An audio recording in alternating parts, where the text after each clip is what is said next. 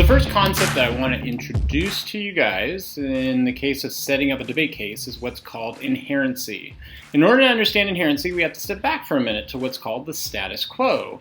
The status quo is what is happening now, and do we need to challenge it?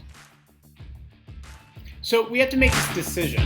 The affirmative wants to change the status quo. The affirmative claims there's an inherent problem in the status quo. We can then say that there's not if we're on the negative, and that's what the first part of the debate is about. Is there an inherent problem or not in the status quo? And we have to make that choice. Okay, so let's use a quick example from our personal lives. Imagine for a second that we're going to make the argument that we are bored.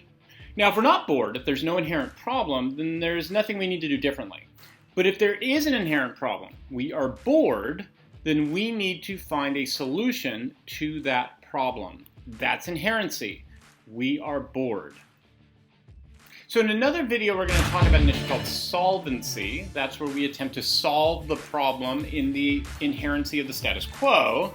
But for the moment, just to give you a sense of this, if we're bored, what would be a solution to this? Well, one possible solution would be get up and go exercise. So that would be our solvency to the problem. Now notice there's a problem in the status quo. We're bored. What if we weren't bored? Well, then there's no need for us to go out and find solvency. Okay, so that's inherency. The idea behind inherency, again, is there an actual problem in what's happening right now? The affirmative says yes. The negative wants to say no.